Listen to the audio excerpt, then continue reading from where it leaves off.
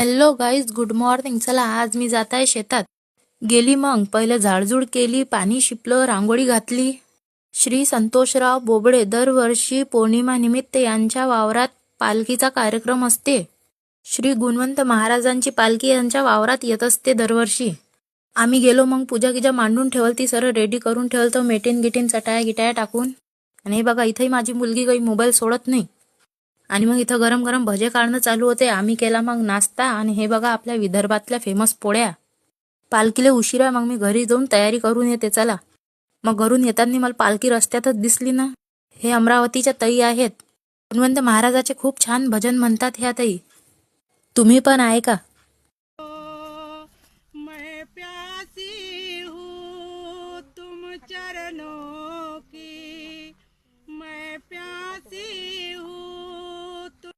थोड्या वेळातच पालखी आली. मग सगळ्या लोक